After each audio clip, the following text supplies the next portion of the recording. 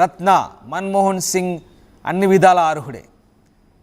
మన్మోహన్ సింగ్కు భారత రత్న రావాలని మనం కూడా కోరుకుందాం. మన్మోహన్ సింగ్కు భారత రత్న ఇవ్వాల్సిందంటూ నెటిజన్లు కూడా ఇప్పటికే పోస్ట్ పెడుతున్నారు. మన్మోహన్ సింగ్ వల్లే దేశం ఇప్పుడు ఇలా ఆర్థికంగా దృఢంగా తయారైందంటూ కామెంట్స్ కూడా వినిపిస్తున్నాయి. ఒకప్పుడు దేశ ఆర్థిక పరిస్థితి దివాలా తీసే సందర్భంలో మన్మోహన్ సింగ్ తన చాణక్యతను ప్రదర్శించి దేశాన్ని గట్టెక్కించారు. పివి నరసింహారావుతో కలిసి ఆయన దేశాన్ని గాడిన పెట్టారు. ఇవాళ దేశవ్యాప్తంగానే కాదు, మన్మోహన్ సింగ్ మృతి వార్త ప్రపంచ దేశాల నాయకులకు కూడా సంతాపాలు వెల్లువెత్తున్నాయి. మన్మోహన్ సింగ్ నిన్న రాత్రి ఆయన స్పృహ తప్పి పడిపోయారు. వృద్ధాప్య సమస్యల కారణంగా ఆయన ఇంట్లో స్పృహ తప్పి పడిపోవడంతో వెంటనే ఢిల్లీ ఎయిమ్స్ ఆసుపత్రికి తరలించారు. సరిగ్గా సాయంత్రం 8:30 ప్రాంతంలో ఆయన్ను కాపాడేందుకు ప్రయత్నించారు. సరిగ్గా 9:50 మన్మోహన్ సింగ్ తుది శ్వాస విడిచారు. ప్రస్తుతం మన్మోహన్ సింగ్ ఇంటి బయట దృశ్యాలవి. ఆయన భౌతికాయాన్ని సందర్శించేందుకు ప్రముఖులంతా వస్తున్నారు. ఇంటి బయట ప్రస్తుతం కట్టుదిట్టమైన భద్రత ఏర్పాటు చేశారు. మన్మోహన్ సింగ్ నివాసం దృశ్యాలవి. అంతకుముందే ప్రధాని మోదీ, అమిత్ షా ఇద్దరు కూడా జేపీ నడ్డాతో కలిసి ముగ్గురు వచ్చి, ప్రధాని మోదీతో సహా ముగ్గురు వచ్చి మాజీ ప్రధానికి నివాళులు అర్పించి వెళ్ళారు. ఆయన భౌతికాయానికి ఆయన భార్య గురుశరణ్ కౌర్ కూడా చిత్రంలో మనం చూడొచ్చు. మన్మోహన్ సింగ్ నివాసం వద్ద ప్రస్తుత దృశ్యాలవి. ఢిల్లీలో వర్షం పడుతుంది, అయినప్పటికీ ప్రముఖులు అక్కడ ఆయనకు నివాళులు అర్పించేందుకు వస్తున్న దృశ్యాలవి.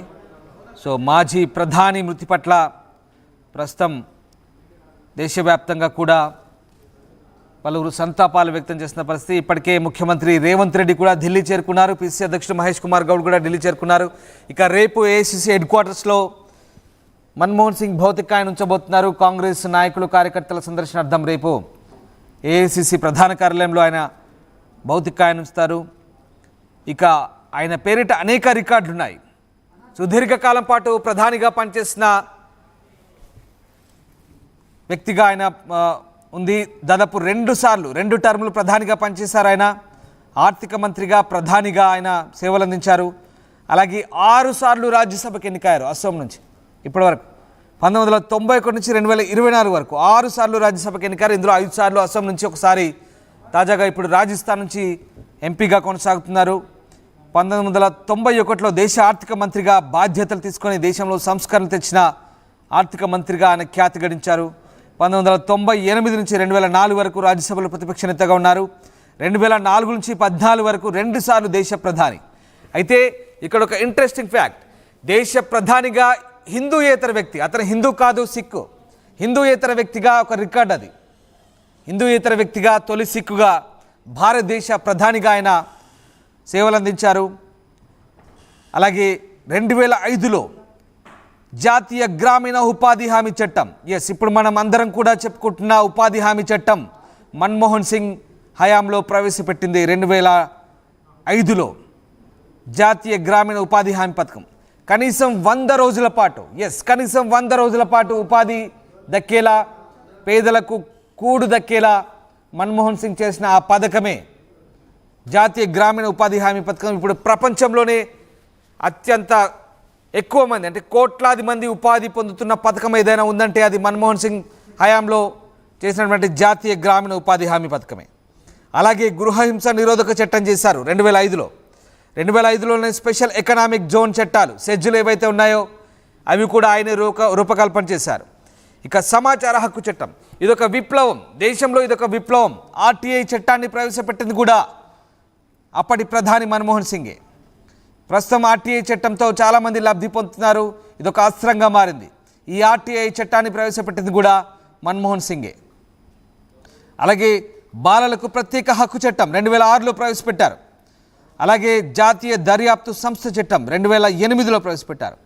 ఇక 2008లోనే 76,000 కోట్ల రైతు రుణమాఫీ, ఇది కూడా దేశ చరిత్రలో మొట్టమొదటిసారిగా రైతులకు రుణమాఫీ చేసింది డాక్టర్ మన్మోహన్ సింగ్ ప్రధానమంత్రిగా ఉన్నప్పుడే. 76,000 కోట్ల రైతు రుణమాఫీ చేశారు అప్పటి ఎన్నికల హామీల్లో భాగంగా. ఇక 2009లో విద్యా హక్కు చట్టం, ఇదొక మరొక కీలక ఘట్టం భారతదేశ చరిత్రలో.